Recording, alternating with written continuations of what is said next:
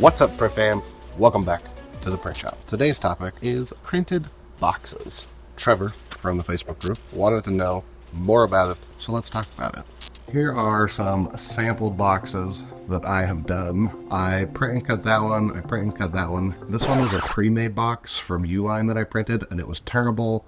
And then I print and cut these, and then inside one of these is actually a cutout to hold custom product. So I'll get that down and we'll show it to you. So this is just a basic rectangle that we cut these slits in so that the product could snugly fit during shipping. So snugly that I can't even get it out one-handed.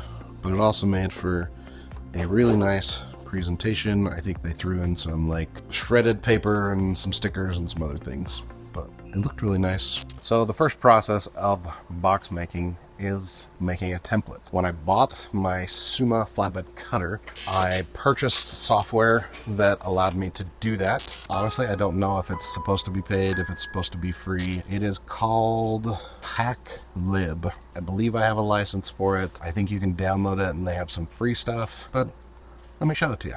It's pretty basic software. Typically I come into this Thefco one, and I usually do a version 400, and then I usually am doing like a mailer box, so I'll do like the 427 here. Basically, you click on these. Somehow my thing got screwed up, so sometimes I just have to find one until it works. So you can see here, this is the box dimension. Everything is in millimeters.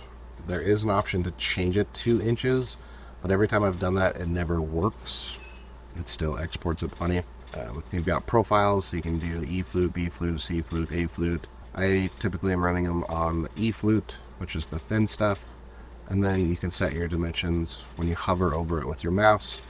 Modify it so you can be like 600 and 200 and the height. So basically you have length, width, height, and then with this one you can change the flaps, and then you can also change the tenon, which are these guys right here. So typically I'll come, in most cases I'll just switch it to 1. Sometimes I'll leave it at 2. Then from here, I export it. So I'll come here and I'll export it to Illustrator. I open it up in Illustrator. Usually what I'll do is I'll take these guys right here and I'll extend them a little bit so that they'll be longer, so that they clip better in the tenon and mortise or whatever one is which.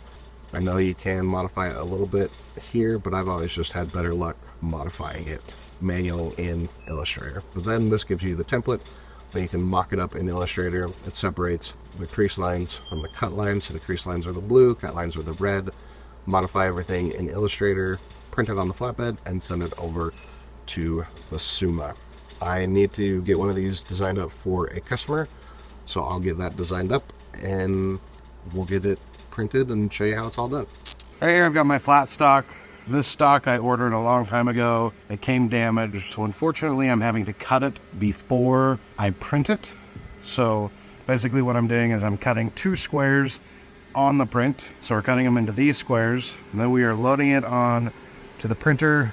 To once it's printed, we're stacking them up right here, and then we've got to cut them again. So let me walk to the other side of the shop. We'll show you cutting just the squares. So here on the flatbed we've got the squares cut. So basically what I do is I move this off to the side, and then I take the 2 squares, stack them up all nice, and put them on my pile here so that I can take them over to the printer. Then I will attempt to do this one-handed. We take the sheet, we'll load it on the cutter. I have this old hard drive here that I use as kind of my alignment tool. So I'm just lining that up with the end of the cutter, and then we take the hard drive, and this is how we space it. So it just lines up nice with the end of the belt. We leave it there. And we got it programmed to run 51 times, so that I have an extra, but we need 100 boxes, 2 per sheet. So click resume. It's gonna cut. While that's cutting, I take this and put this in the garbage and then start another print. Now over on this side of the shop, the print is done. So we got the carriage moving back. I simply move this over to the side. We'll zoom you out here. Then I take the sheet that we want to copy or to print, and we line it up here in the corner, line it up there, push the foot pedal so it's going to suck the media flat. Now that it's flat, push the print button because it's programmed to print 100, and we take this off so that it doesn't crash into the machine. We put it up here, we grab another sheet and walk to the other side of the shop. So this is going to print while we're cutting, so we're constantly moving. I wish this was closer, but I am selling this machine, so if you are interested in it, it might still be available depending on when you watch this video.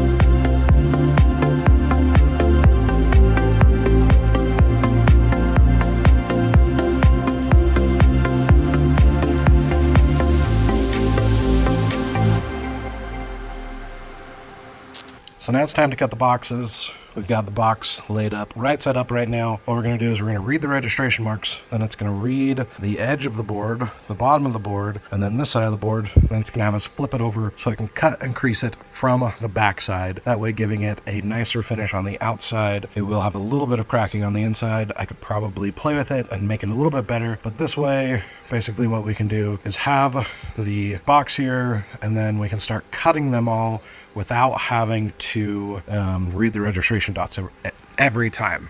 So basically we've got this here. You go into the settings menu and you tell it that you want to cut from the back side. Once you do that, you just run it like a normal job, but after it reads the registration marks, it's going to want to, we'll also increase this to 100. Sheet consistency will go mid. We're going to update it. So once it reads the registration dots, it'll have you flip it over, and then every time it'll just have you do the print side down so that you don't have to mess with it. It'll be super nice.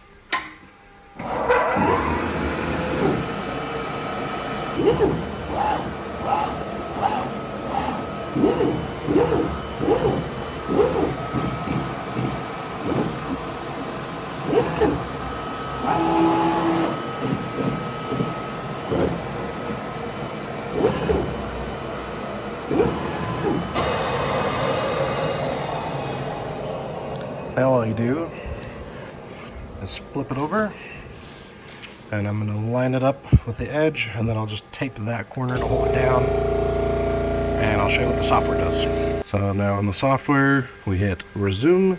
It's going to go find the corner. It lined up, so it's going to automatically find it with the camera. It's going to read the bottom and then read the side. Now it's going to start cutting it up.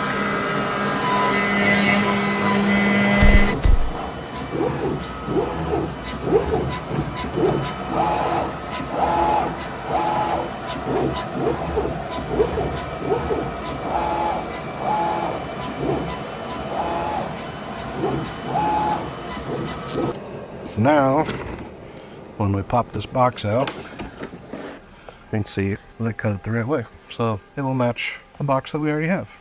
Now the best part is, we now take this sheet and we can just throw it backside up because it's consistent, and basically we'll line it up where we have, tape that corner, hit resume, and it will continue the process.